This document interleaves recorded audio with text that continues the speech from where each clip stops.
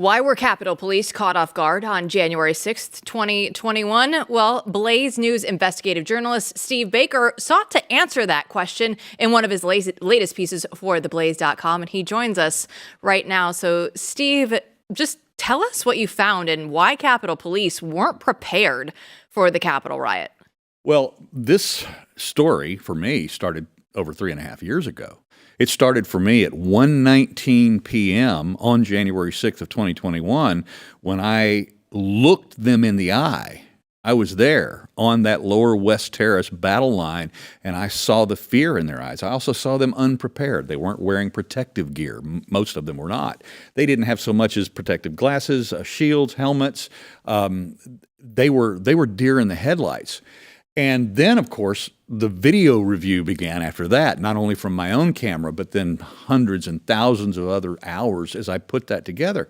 And then, of course, the interviews now happened. We started to build the contacts, both on the record and off the record, with frontline Capitol Police officers who were on that battle line that day. And we began to learn from them that almost to a man and to a woman, they believed that they were set up to fail.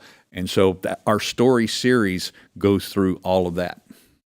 Steve, right after January 6th, you published a video in which you said most of the violence was committed by Trump supporters. Have you changed your mind about that over time? Look, I have been flexible in my opinions on what happened that day as new data and information comes in. Look, with my eyes, what I saw was people in Trump gear, Trump flags, Trump beanies and hats performing violent acts against law enforcement that day.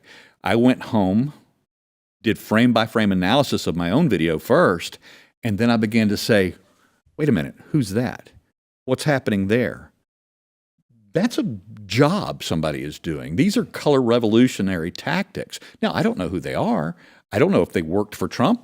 I don't know if they worked for MAGA. I don't know if they worked for Pelosi. I don't know if they were Antifa. I don't know. That's when the questions began, because obviously there were actual professional agents provocateur in that crowd. And then, of course, I met my friend Mike Waller, our friend, Mike Waller, through this experience. His first article came out on January 13. Mine came out on January 13.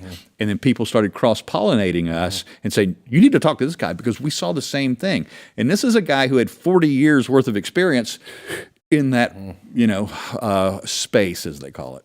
If we take a look at the gigantic headline behind us, it says Capitol Police were sacrificial pawns on January 6th. They didn't give an S about what happened.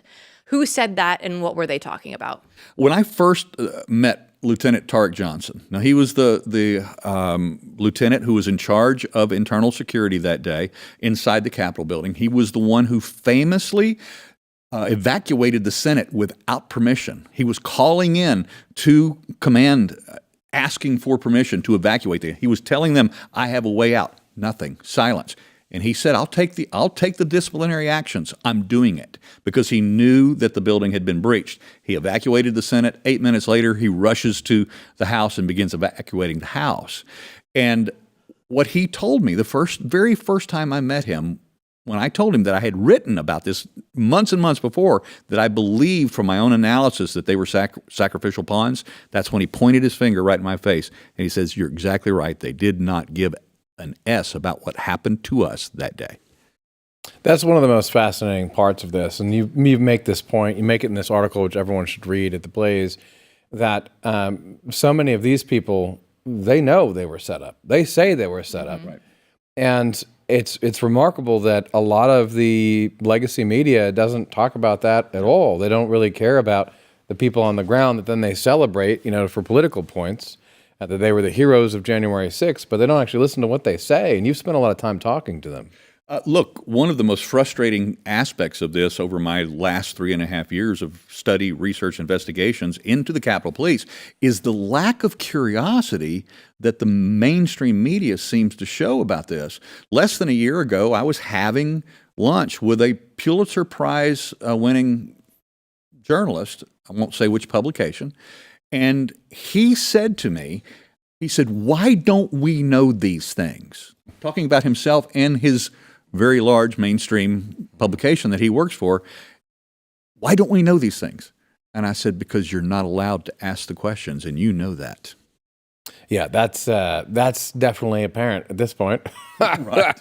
Given everything we've seen. So one of the things that we've seen because of your work, we actually cheated a little bit, right? Last week or earlier this week, I can't remember.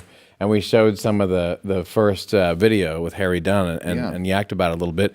But we should have, now that we have the man himself on, you should tell our audience a little bit about the docu-series that we've initiated called A Day in the Life of Harry Dunn. Yeah, we've done a lot of work on Dunn already, and we've revealed a lot of his inconsistencies, his trial perjuries, a lot of the, we'll just call it the corruption that he was involved with at the Capitol Police himself.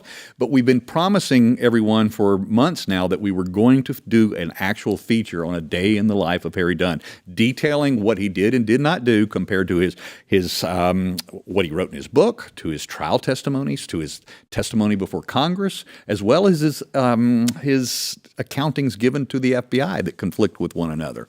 So we decided to do all that, but it's interesting if we go back to what we were just talking about before, when we're talking about Harry Dunn and not being asked the questions. This all started for me on October 6th of 2022, sitting in the first Oath Keepers trial.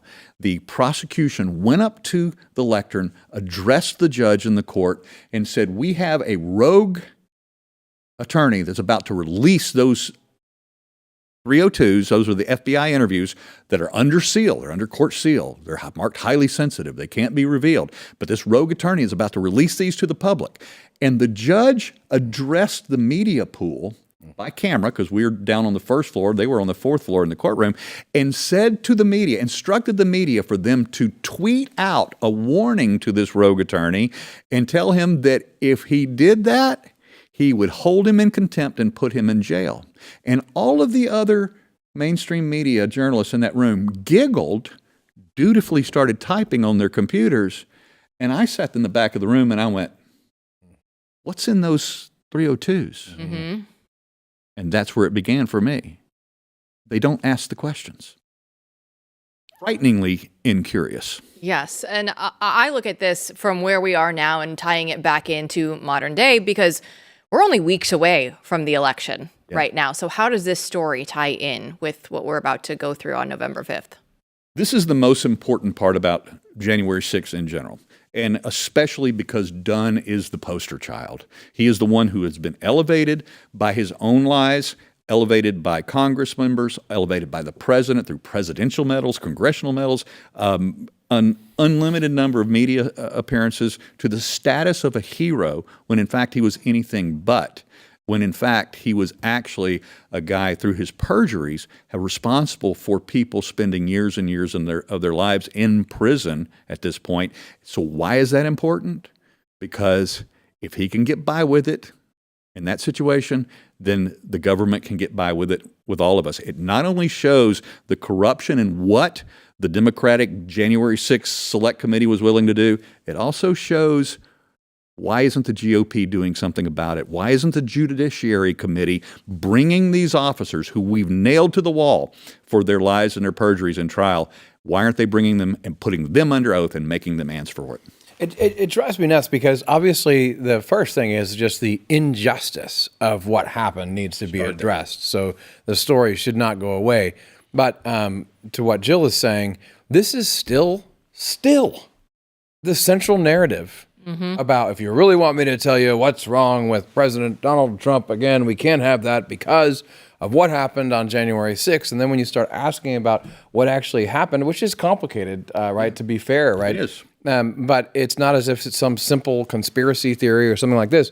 When you start asking real questions, then all of a sudden you're like, what the hell is going on? And correct me if I'm wrong, but not a single legacy media outlet has addressed your stories about the perjuries that went on with those two officers that day. Is that right? They buttoned up.